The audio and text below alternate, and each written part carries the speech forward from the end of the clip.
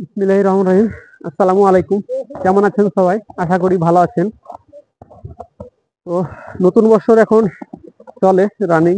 তো হয়তো Bosnia Herzegovina দেশে আপনাদের সাথে আমি নিয়মিত ভিডিও দিয়ে থাকি।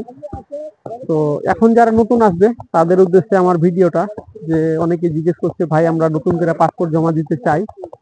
তো এখন যদি আমরা নতুন করে পাসপোর্ট জমা দিতে চাই বসনিয়া হার্জেগোভিনা দেশের জন্য, তাহলে আমরা কতদিনের ভিতরে এখন যেতে পারবো, বা কতদিনের ভিতরে আসলে পার পারমিট, মানে সব বিষয়ে টোটাল কতদিন সময় লাগতে পারে, এই বিষয়টা যদি একটু আমাদের বলতেন দয়া করে তো ভালো হতো।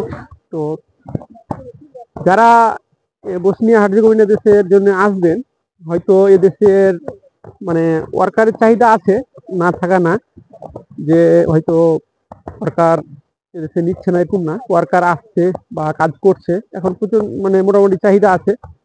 তো নতুন করে যারা পাসপোর্ট, তো এখন অনেকেই বলছে যে এখন যদি পাসপোর্ট জমা দিই জানুয়ারি মাসে, কতদিন হয়তো টোটাল সময়টা লাগতে পারে। তো তার আগে কিছু কথা বলি যে আহ, এমনিতেই নর্মালি দেখা যায় 5 থেকে 6 মাস সময় লাগে।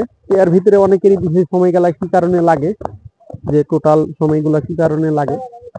তো বসনিয়া হার্জেগোভিনা দেশে এদেশের কোনো সমস্যা নাই। যারা আমরা আছি বা নতুন যারা আসছে তারা সবাই কাজ করছে। এ পর্যন্ত হয়তো কোথাও শুনতে পাবেন না যে এই দেশে আইসা লোক কাজ করতে পায় না, অথবা সবাই বসে আছে, কাজ পায় না, কাজের জন্য বসে আছে, এরকম না, এমনটা না। এদেশের কোনো সমস্যা নাই। সমস্যাটা হচ্ছে যে আমাদের এম্বাসিটা বাংলাদেশে না থাকার কারণে, যেহেতু ইন্ডিয়াতে এম্বাসিটা, তো ইন্ডিয়ার সমস্যার কারণে দেখা যায় আমাদের এই সময়গুলা বেশি, প্রসেসিং এর কাজগুলা বেশি সময় লেগে যায়।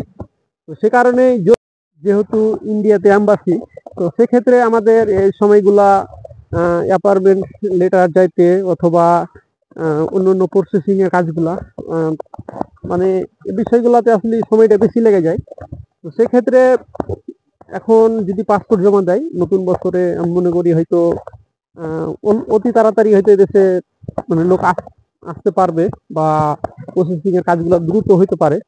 আর আরেকটা বিষয়, এখন মানে একটু ওরা মানে হালকাভাবে জানা যাচ্ছে যে বাংলাদেশ থেকে নাকি এম্বাসি মানে অ্যাম্বাসিডার বাংলাদেশে যায় নাকি এগুলা কাজের প্রসেসিং করতে পারে। তো অনেকেই বলছে যে ভাই বাংলাদেশ থেকে নাকি লোক মানে ফ্লাইট হওয়ার সম্ভাবনা বেশি। তো এটা আমিও হালকাভাবে জানতে পেরেছি যে বাংলাদেশ থেকে নাকি তারা আহ, সবকিছু প্রসেসিং এর কাজগুলা, ভিসার প্রসেসিং বলেন, এম্বাসি ফেস করা বলেন, সেগুলো নাকি বাংলাদেশ থেকেই তারা করে দেশে নিয়ে আসবে।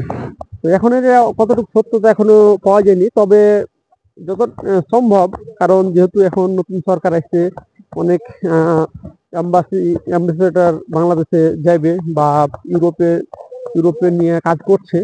তো সেক্ষেত্রে বসনিয়াটারও মানে বসনিয়ার ভিসাও নিয়েও এরকম একটা আভাস পাওয়া যাচ্ছে যে বাংলাদেশ থেকে হওয়ার সম্ভাবনা আছে। তো এখন এটা শিওর না কতটুক হইবে।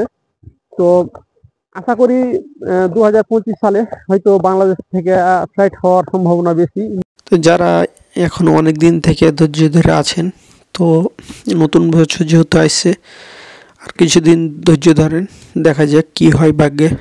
তো আজকের ভিডিওটা আমার এই পর্যন্তই। সবাই ভালো থাকবেন, সুস্থ থাকবেন।